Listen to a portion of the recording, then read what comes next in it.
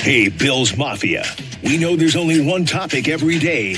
All Bills, all the time. And now Matt Bove and Sal Capaccio are going really deep, talking Bills all year long, because it's always game day in Buffalo. So we are actually recording this edition of It's Always Game Day in Buffalo exactly 1 week before the start of the first round of the 2026 NFL draft. So how cool is that? So we are within a week now of it happening. Matt Bove, Sal Capaccio, It's Always Game Day in Buffalo. And Matt, it's here, and it kind of snuck up on us because we've been so dialed into the Sabres and what they're doing, and maybe because it hasn't been, the biggest and best draft class, and the Bills are picking 26, but it is here, and we're ready to talk draft now. 8:16 p.m. on Thursday, April 16th. Exactly 1 week from now, will Fernando Mendoza already be a Raider, or will they take so long to get the actual event started and then the Raiders sit there and wait like their 10 minutes? By this time next week, is he a Raider? I think yes. I think by so too. I think by 8:17 the first pick has been made. Well, I think that they also reduced the draft time, didn't they, for the first round a little bit? So I think you have to have it in by then. So even if they wait a couple minutes, it's going to, but you're right. I mean, it's going to be still, a bit of a, I don't know, an event, right? What they bring out. I don't know if the event starts at 8 or if everything's done before 8, but you're right. And Mendoza will be the number 1 pick overall. Okay, before we get into the draft on the Bills, real quick, we just want to remind everybody, we just did our podcast with Mike North. Mm-hmm. He's the NFL schedule guy, VP of broadcast planning, and a lot of great feedback, and we really appreciate it. And so many people said, man, you guys asked really good questions, and we like hearing that because sometimes they say, why didn't you ask this or that? Okay, you've had a few days to digest it, and people can find it here on this platform. Wherever you're listening or watching this, you can find it. Anything that you're thinking about now that kind of caught your attention after digesting it all? I think they play on a holiday just because the math tends to lean that way. If they're going to do a game the Wednesday before Thanksgiving, 3 games on Thanksgiving, 2 games on Black Friday, multiple games on Christmas, that's a lot of windows. And the Bills are obviously a big draw. So for me, I'm kind of mentally preparing myself for the Bills to be playing on one of the major holidays where the NFL has an overlap. So that was something that I took away. And I also kind of think they're going to open at home now. In a week ago, before we talked to Mike North, I don't know if I would have said that. I would have said I think they start on the road and then they have their stadium opener in week 2. Now I don't necessarily feel that way, or I don't feel as strongly as I did before we talked to Mike. There was a time where Mike, during the show, had a piece of paper and he showed it. He's like, yeah, like this. And we had people sending us screenshots of that. And I actually was look, I'm like, wait, the Bills are the 4th team there. Let's look. The first 2 columns are red. Does that mean they're prime time? I don't know. It was kind of interesting and cool, though, right? You know what I mean? Yeah, well, I remember he told us this in years past, that he has 100 of those things that he holds up with all of the different options. So he could be just doing a swerve. Like he could be holding up something that he knows is fake because he knows people will stop and analyze it. And then that will ultimately not be anything like the actual schedule. Right now, the focus, of course, is the draft. And for both of us, very invested in what's going on with the Sabres. Whenever the Sabres season is done, if it ends before the NFL schedule comes out, we'll put together our mock schedules like we do every year. This year, though, I feel like I don't have nearly as strong of a sense as I have in years past of like how it all fills itself in pieces together. Oh, the only other thing I would say is I think they play the Ravens late. I don't think we're going to see like the Ravens early in the season. Yeah, Ravens and Packers, I think, are 2 games that I'm keeping an eye on for certainly the second half of the schedule. And I'm leaning towards Patriots, maybe week 1. And I would say they're not playing the Chiefs in the first month of the season. Yeah, I don't think, judging by him, the way he talked about Mahomes, and I mean, they really are thinking about like, well, is that a game you want to have Josh Allen against maybe Patrick Mahomes' team that doesn't have Patrick Mahomes, like whatever, however he phrased that. I think it's likely they're not playing them in the first month. I'll ask you this last thing on the schedule. It is funny you bring up like, how much that schedule is taken up in our brain. We've been so deep into what is the NHL schedule in the playoffs. Yeah. Oh my God. Reminds me of that.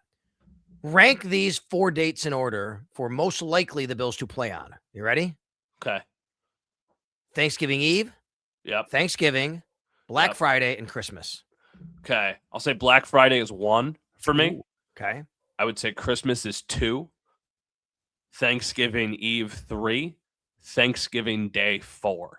The reason I say Thanksgiving Day 4 is because we already know one of them is going to be the Lions. Yeah. One of them is going to be the Cowboys. Yeah. Not places the Bills are going this upcoming season. Correct. That really just kind of leaves that Thanksgiving evening window. What I would love, admittedly, give me the Bills hosting a Thanksgiving game at night. That would be amazing. I'd love that because I think you could still celebrate the holiday as you want. And then, if you're a fan, 6 o'clock, you head down to the stadium. For us, 4 o'clock, you head down there to get ready for work and everything. I mean, most people are eating Thanksgiving dinner at what? 1 o'clock, 2 o'clock, somewhere in that range. Like you could kind of do both, and that'd be a really fun day. I'm going to flip it and say Christmas 1. Okay.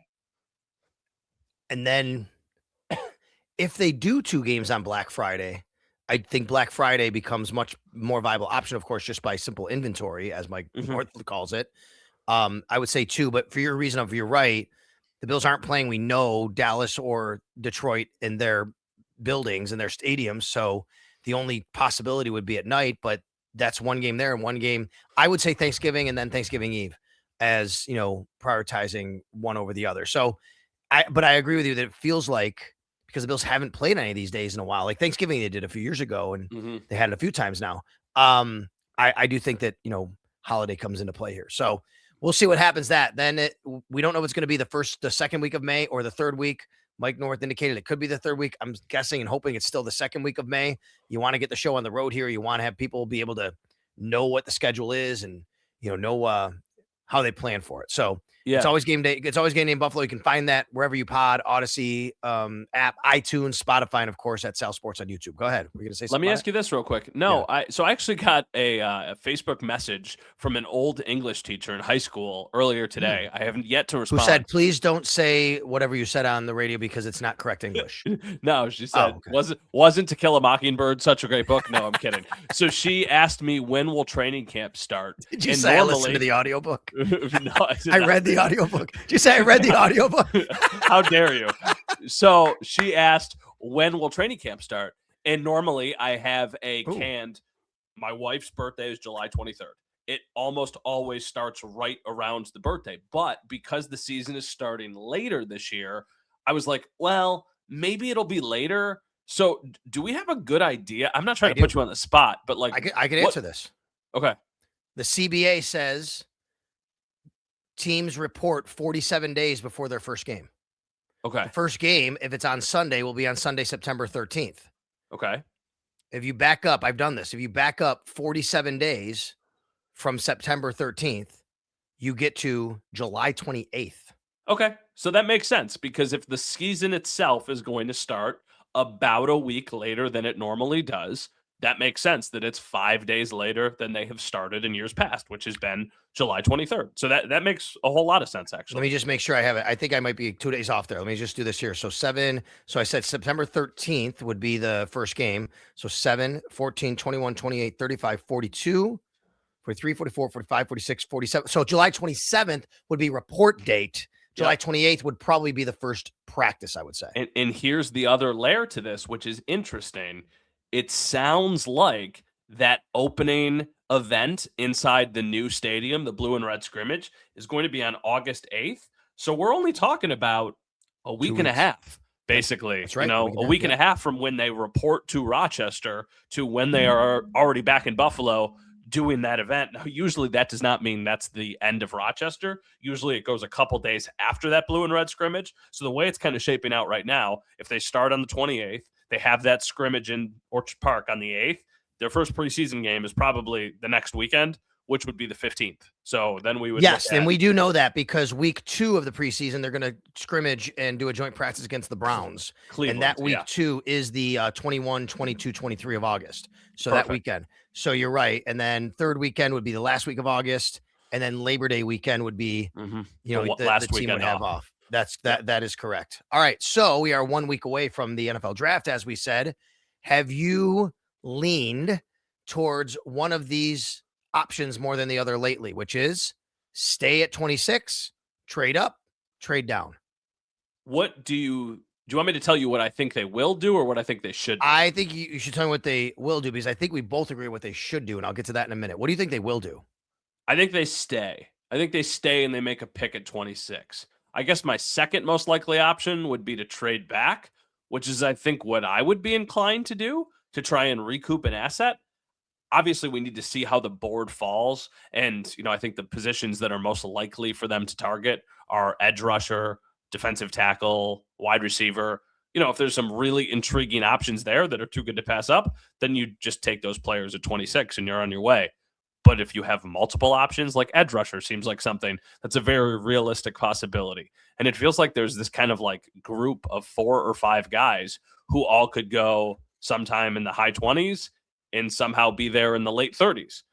If there's a bunch of them on the board, trade back. I mean, The most obvious answer is if the Arizona Cardinals are trying to trade up and get a quarterback. Like, that's the most obvious. That's got to be a quarterback to me, because here's the issue I have. I agree 100% with you. Like, trade back to me is the way to go.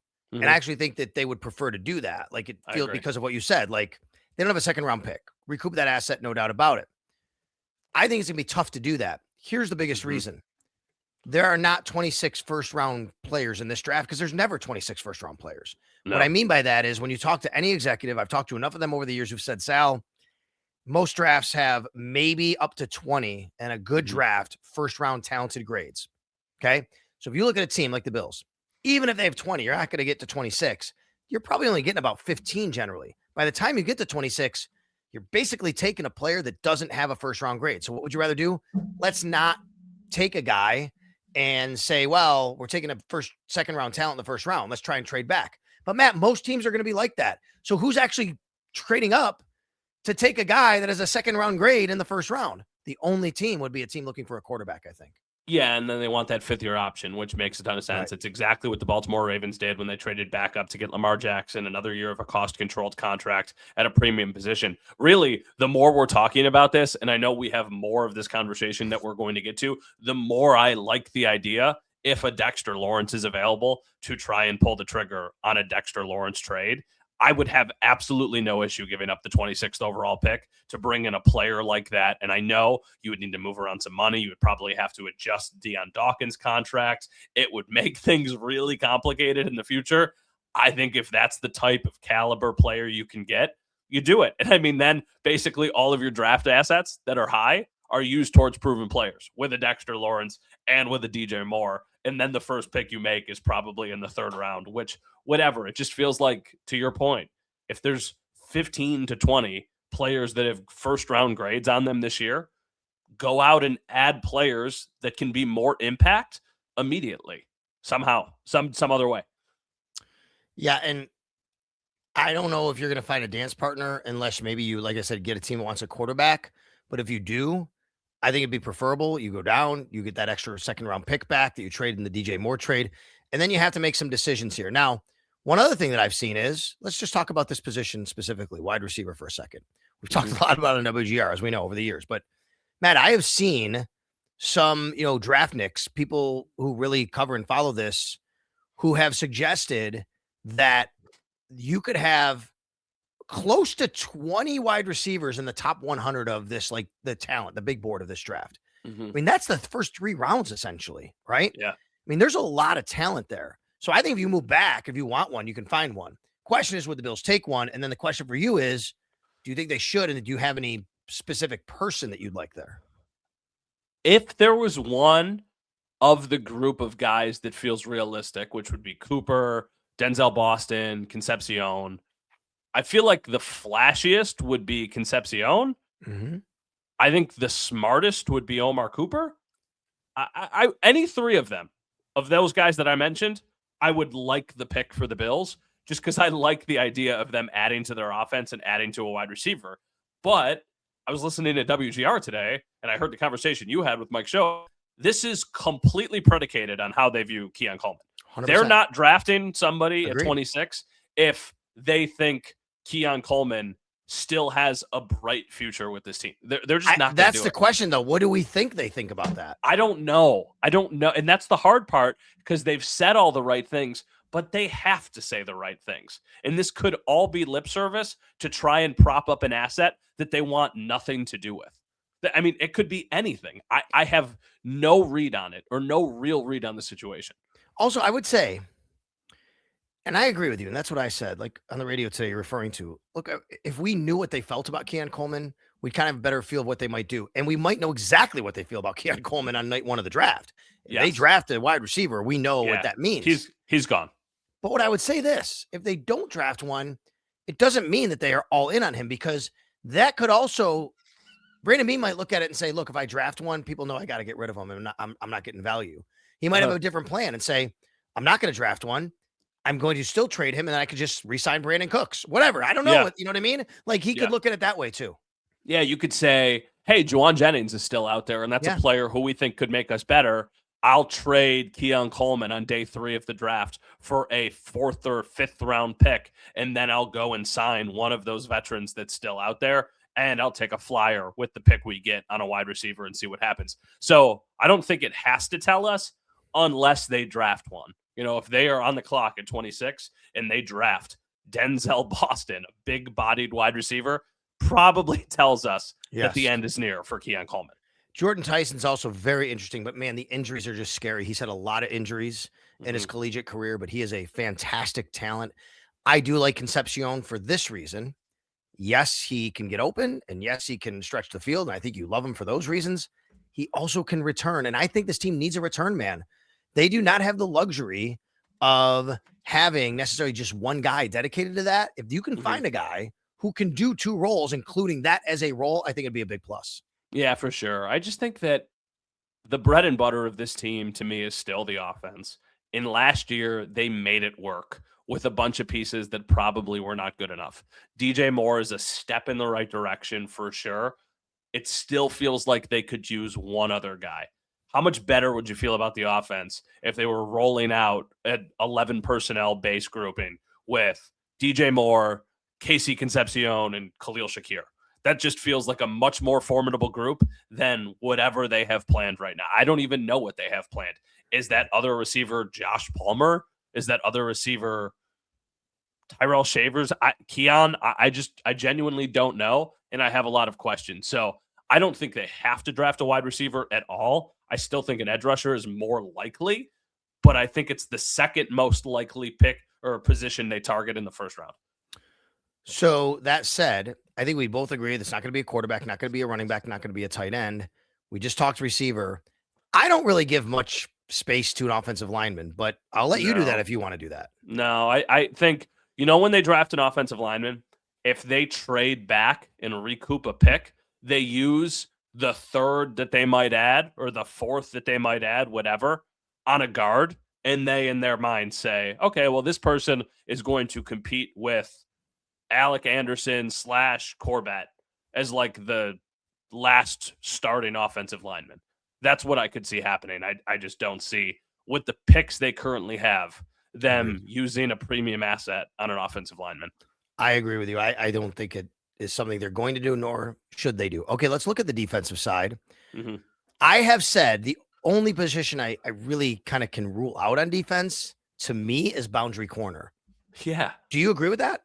Yeah, what's weird, though, is that a lot of the national draft analysts and experts have linked them to boundary corners. But I don't know why. Like, what is the only way? I guess you could say, and there is definitely an argument to say you need a 3rd. They don't have a 3rd one right now, right? I mean, I know Tre'Davious White's still a free agent, want to bring him back.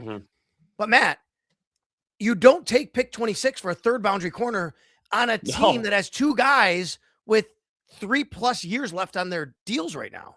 Yeah, I mean, obviously you're not replacing Christian Benford, and you're not replacing Maxwell Hairston. You saw some really promising signs from him during his rookie season. He was your 1st round pick last year. Yeah. So it never really made sense to me.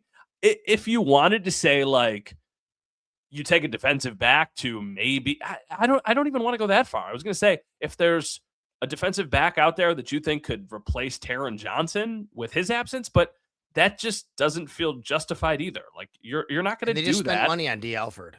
I mean, not a ton, but I agree with you. Do you think safety is completely off the table? Not completely, but I would find it unlikely. But I could see it for this reason. If they were to do it, the justification is CJ Gardner-Johnson's a bit of a wild card. We don't know, like, halfway through the year, he might be like, man, this isn't working. And he's on a 1-year deal. You can, as opposed to outside corner, you are looking for a guy after this year. Yes. But you're not an outside corner. So I don't think it's going to be somebody in the secondary. I think that if they draft on defense in the first round, it will be, I think still in my head, like 4-3 defense. I was going to say somewhere on the defensive line, but that's changed now. A defensive tackle or an edge rusher or something like that. Yeah.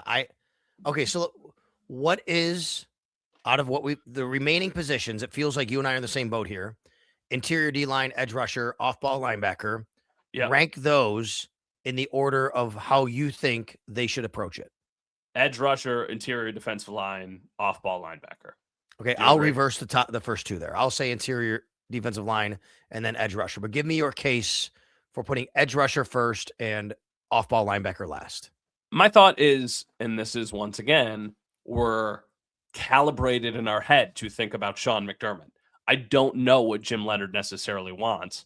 They have had a heavy rotation on the defensive line and at edge rusher for years. And right now, after their top guys, Greg Rousseau and Bradley Chubb, they get a lot of questions, right? We have Greg Rousseau on the podcast a couple weeks ago. He was great. He talks about, hey, this could be really good for Javon Solomon. Okay, that's great. There's another name, Landon Jackson. We don't know a ton about what Landon Jackson is going to be next year.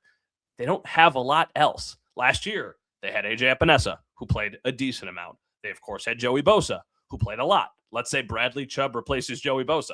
You still need somebody to come in and replace the AJ Epinesa snaps that you got.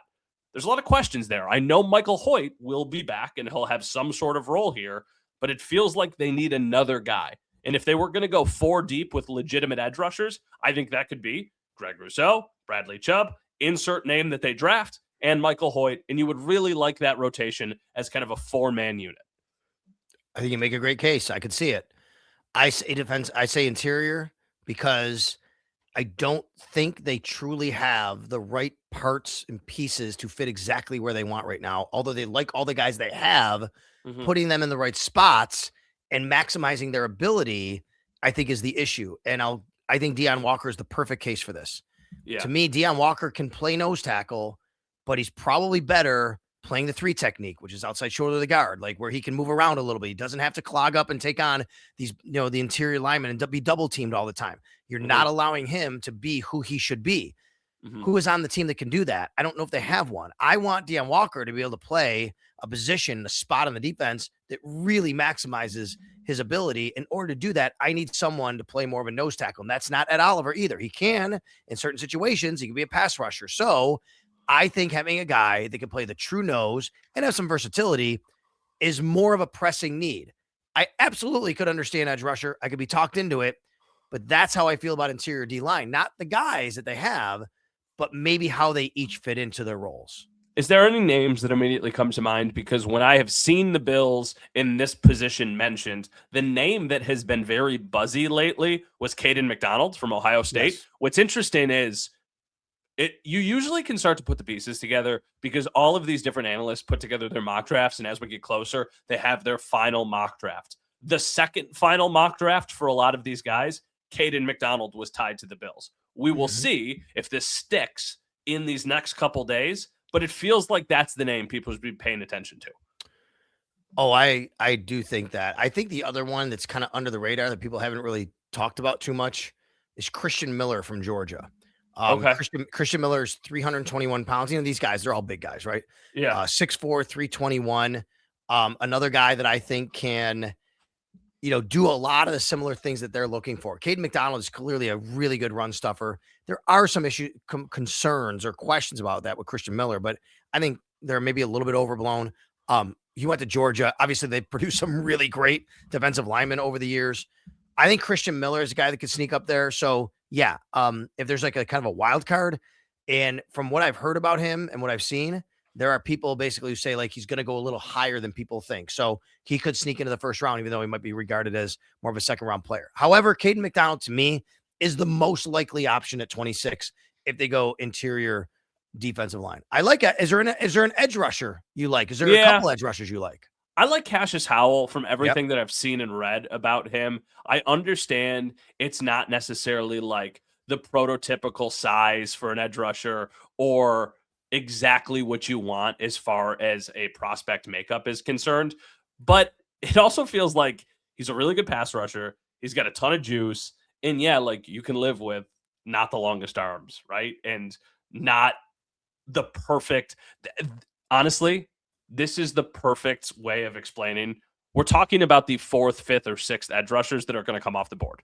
There's a reason these guys are available at the end of the first round as opposed to the beginning of the first round. So Cassius Howell is one of those guys where it's like, yeah, productivity seems there. Feels like there's a lot of upside, but he's not the perfect prospect. That's why they can take him when they did. It's not the same, but remember when they drafted Greg Rousseau? It was like, oh yeah, Greg Rousseau, nice player, solid player. There are better prospects. Well, that's why they're available late in the first round. Yeah, let me read a little bit about Cassius Howell and tell you a couple of things. As a defender, this is from Lance Zierlein. I like Lance Zierlein, who, by the way, compares him to Will McDonald of the Jets. That's his comp basically. As a run defender, frequently knocked around at the point and struggles to consistently execute tasks asked of an NFL edge setter. Howell might not be a 3-down player right away, but his ability to create pressure sets him up for a role as a designated rusher at minimum. And the way you're talking, and I agree with you, it's not like you have to have a guy that's on the field all the time that you can kind of let develop a little bit. And these things do take time. He also had 6 passes defended. And like, you want to talk about short arms, I'll tell you, well, he's knocking down passes. He's an athlete. He knows how to get in passing lanes. He knows how to drop in coverage, right? So I could see something like that. A guy that I have started to like a little bit more lately, Zion Young. I think that he's a guy that is kind of popping up a little bit on some boards. Let me just kind of look at Zion Young here a little bit so I can take a look at his metrics for you. If we have here, where is Zion Young? Is he on here anywhere? Oh, let me get to edge. Sorry, I just want to pull him up. There you go. Missouri, 6'6", 262. I mean, Matt, he is a massive guy. He's a massive guy. He's tall. He's lengthy. And by the way, played in a very tough conference in the SEC against tough competition and put up very, very good numbers. So I think Zion Young is a guy that I like. I'm not sure if he fits necessarily at 26, but again, I don't know if there's a lot of guys right now at 26 who you think, oh my God, I just can't wait to get my hands on. Yeah, Malachi Lawrence is another name that I think we need to be keeping our eyes on. That's a defensive end from UCF. I feel like he's kind of in that range of like edge rusher 5 to 8. So his range of outcomes is a bit all over the place. That could be a name to me if they trade back, right? If they trade from 26 to somewhere in the mid 30s and they recoup a 2nd or a 3rd round pick for making that move back, that would be the type of thing I could see. And that's why I like the idea of trading back, because we're talking about the things that they need. Right. All of a sudden, if you have 2 second-round picks and a 3rd-round pick, let's say, or a 2nd and 2 third-round picks, you could draft an edge rusher, you can draft an interior defensive tackle, and you can draft a wide receiver or an off-ball linebacker, and you should get some solid contributions from those guys, assuming you have a decent hit rate. Now, that's the thing that's tricky, because look at what they did last year. We don't know what TJ Sanders is. We don't know anything about what Landon Jackson is right now. So that's why. Landon Jackson, Javon Solomon's been brought up a lot by the team, right? I mean, they got to they have a plan for him. Landon Jackson coming off the injury. Saw a picture. The Bills were tweeting out some pictures from workouts. I saw Landon Jackson in one of the pictures, right? Like, it feels like, they're trending towards being available to play, and you wouldn't, and that they feel like these guys can kind of help them. Go ahead. Let me ask you, this is random. We've talked about all of these guys. How does Dwayne Carter fit into any of this? It's a great question. I think Dwayne Carter could be a guy that they view as a nose or a 3-tech, but doesn't really do anything spectacular. And maybe he's kind of an in-between tweener kind of guy that, I don't know, at the end of this camp, be going into his 3rd year. He's coming off an injury. It's hard to move off a guy like that, but if there's an odd man out, it could actually wind up being him. The reason I brought it up, that was the player they got for trading back and taking Keon, right? They recouped that 3rd round pick that they used on Dwayne Carter. So, That's right. Everybody was always like, oh, it's Keon Coleman against Xavier Worthy. Well, it's really Keon Coleman and Dwayne Carter against Xavier Worthy. And I don't really think that changes anything. I had a bet his rookie year with Dan Fates from Rochester about what would have that Dwayne Carter would have more tackles than Xavier Worthy have total touchdowns. And I almost lost. I had Dwayne Carter. It was relatively close between the touchdowns from Xavier Worthy and the tackles from Dwayne Carter. Interesting. I think they like Dwayne Carter as a football player. I don't know where Dwayne Carter necessarily fits specifically on this defense. Mm-hmm. He's also on a rookie deal. You always love to have the cheaper labor, so to speak. Yeah. We know the intangibles. They love that. He was a captain. He played at Duke and, has all those things they love about him. I mean, but they just drafted Deion Walker. They drafted TJ Sanders and they have Ed Oliver. I don't know, Matt. I think it's going to be tough. And the other question we don't know is, like, where do they think Michael Hoyt is, to your point of earlier? Like, where do they think he is timeline wise? And if it's the same way in a different way than Keon Coleman, but if they believe Michael Hoyt can play right away, I think that makes it much less they draft an edge rusher. But if they have questions about when he's going to be ready, I think it totally brings it more into play. Yeah, I agree with you there. But I think so. Michael Hoyt was signed to a 3-year contract when they signed him, right? Yes. Okay, so 2 years left on the contract. He's still a young player. Bradley Chubb gets the deal he gets. Greg Rousseau has his extension. So for the next 2 years, they have at least 3 guys who we know they like. I still think you need one more. That doesn't mean you need to use a premium asset to get that person, but I still think you need one more person. Your Michael Hoyt point is a good one, because if they're like, hey, we think the sky is the limit for this guy, we love what we saw in the 1.5 games that he played last year, then I think, interior defensive line might become the most likely outcome for them. But all of these things that we're saying are also why I like wide receiver, just because it's a cost-controlled option, and it is something that makes them more dynamic and makes them better. One more position on defense I want to talk a little bit more in depth about. But before I do that, I was on a radio show today, and I was asked, like, hey, well, if you're going to go to this 3-4, do you think that Ed Oliver can play defensive end? And I want to reiterate, the defensive tackles in this team, the guys who know as defensive tackles, aren't suddenly kicking out to play defensive end in Jim Leonhard's system. So I actually scribbled this down. I want to show this. When I talk about 5-man surface and 5-man spacing, this is what I mean. So you're going to have a nose tackle in the middle there. And then a guy like Ed Oliver would be this X, and a guy like TJ Sanders would be over there in this X. And then you have your Chubb and your Rousseau on the outside, and then your linebackers. The Chubb and Rousseau on the outside, the two, this guy here, this X, there, and then over here, then they can go up and down. They can go back and forth. So you may go 4 men on the line or 5 men on the line. But that's what I mean. This is not when you hear 3-4 like Bruce Smith played in, Bruce Smith was like on the edge. That's not what the Bills are doing in this new defense. No, for sure. It also makes off-ball linebacker kind of a priority, because I don't know right now how they're going to figure out their linebacker position. I don't. I mean, does this matter what they feel about Dorian Williams? I think it does. Yes, of course it does. Yeah, I mean, that's the name you immediately go to. What is Dorian Williams right now? Is Dorian Williams written in pen as a starter? Written in pencil as a starter? And what is Terrell Bernard? I think this could benefit him, but still, the injuries last year. Could you really see a scenario where Terrell Bernard is not the starting middle linebacker, or one of the inside, considering the contract they gave him, what they feel about him, and captain and all that? No, it was just last year. We probably spoke on this podcast at times about how he was being outplayed by Shaq Thompson. Yes. I know a lot of that had to do with injuries, but you need him on the field. And injuries have been a little bit of a reoccurring theme over the course of his young career. And I do think, though, that the switch to this defense will keep him a little healthier, because he won't have to do as much, as far as attacking from guard to guard and against these bigger offensive linemen, which, by the way, I'll also say, I think Joe Andreessen benefits from this defense. I think Joe is actually a nice fit for what they want to do. And he's in a 3rd year of a undrafted rookie contract, so he's a little bit cheaper as well. I think to me, they like their linebacker depth more than people think, and I'm going to include Keontae Jenkins, who, by the way, was close to making this team last year, and then it was an injury towards camp, and I think he might have made the team. They like him as well, so I think they like their depth at linebacker. The question is at the top, like you say, what do they think about the guy next to Terrell Bernard? What do they think about the starter there? Okay, who do you think benefits the most? from this? From the switch, this defensive switch benefits the most. Probably Terrell Bernard. Maybe Ed Oliver. I was going to say Ed Oliver was the name I would have said, but at the same time, I feel like Ed Oliver can be a really strong player in kind of any defense. I feel like this might help set Terrell Bernard up for success more, would be maybe the way I would phrase it. But those are the two guys that come to mind for me. I'll tell you what, I actually think Dorian Williams is really helped by this switch. I think Dorian Williams is the perfect complement to Terrell Bernard. See ball, get ball. Just get to the guy, get to the ball carrier downhill.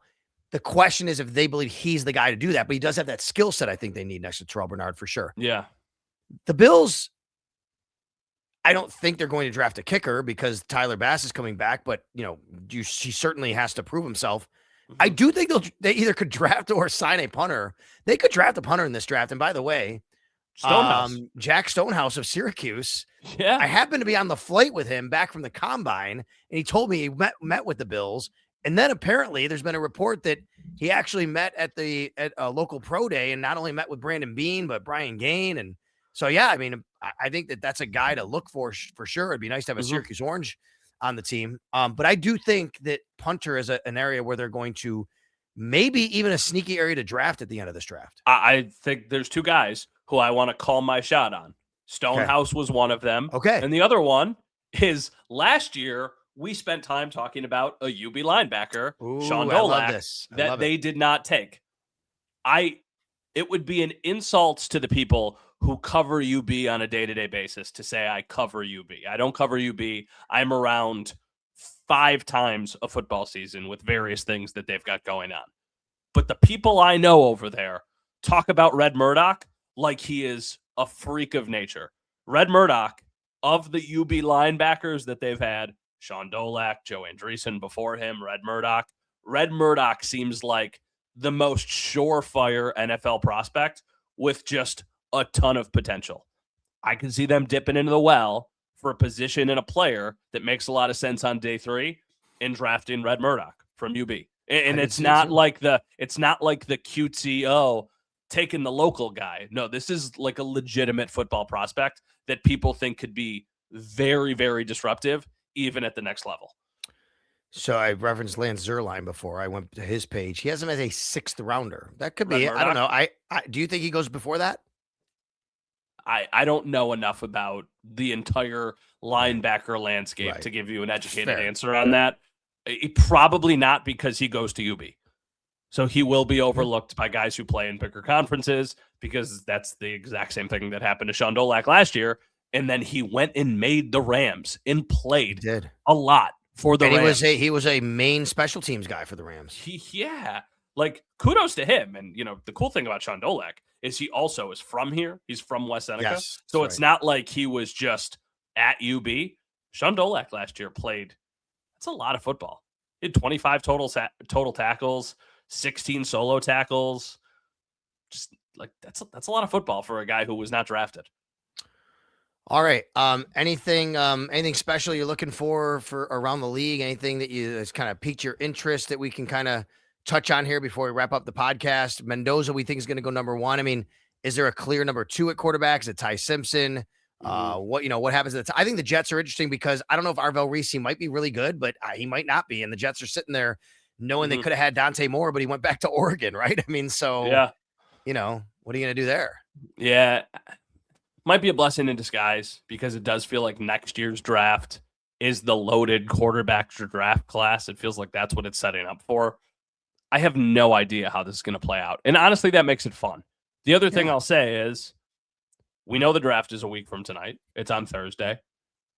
Pretty strong chance the Sabres are playing that night. By the time you're listening to this, the schedule will be out. We just had 3 different people put in the comments how much they hate us talking about the Sabres. We don't care, because it's Buffalo and they're in the playoffs, and it's okay. I certainly do not care. Here's the nice thing with the Bills picking at 26. You could kind of watch assuming it's at 7:00. If they play, you can watch the entire Sabres game and then probably turn on the draft, and they'll be at like pick 20 or somewhere in that range. And then the Bills will be getting ready to make a pick. And then, hey, it's on Channel 7 in Buffalo. They trade up, turn it on, see what happens, go from there. Should be fun. Okay. Thursday night, ABC is when the draft is where the draft is. You can find it there. We're anticipating as we talk right now, unbelievably, we don't exactly know exactly what time the Sabres are playing game 1. We're assuming game 2 is going to be maybe Tuesday. And then game 3 will be Thursday. There's a concert at TD Garden on Wednesday, so that won't happen. So it's going to be for the Sabres. It's going to be Sunday, Tuesday, and then the question is, do they do game 3 on Thursday or do they game 3 on Friday? It feels like it's going to be one of those days. So that's what because the Celtics are also a factor here too. No doubt about it. All right. Thanks a lot for tuning in tonight. It's always Game Day in Buffalo. Thanks a lot to our producer, Mike Robier, who we want to say have a great, great vacation. He's going to be on the other side of the world enjoying himself as we are working and grinding away here. And it's always Game Day in Buffalo while he's gone. I just saw he had some sound bites for us. And I apologize, Mike. We'll get to those maybe next time and not make you work about it. Have someone else do that. But in the meantime, thank you for listening, subscribing at Sal Sports on YouTube, at Matt_Bove on X, at Sal Sports on X, of course, wherever you pod, iTunes, Spotify. And don't forget about the Mike North episode. Numbers have been great. We love talking to Mike. It's an hour and a half. You want to listen to this one, you're going to go back and listen to that one. It's kind of evergreen, right? You can just kind of keep listening to it and learn about the NFL schedule. So make sure you do that as well. And we'll talk to you next time. That's always Game Day in Buffalo.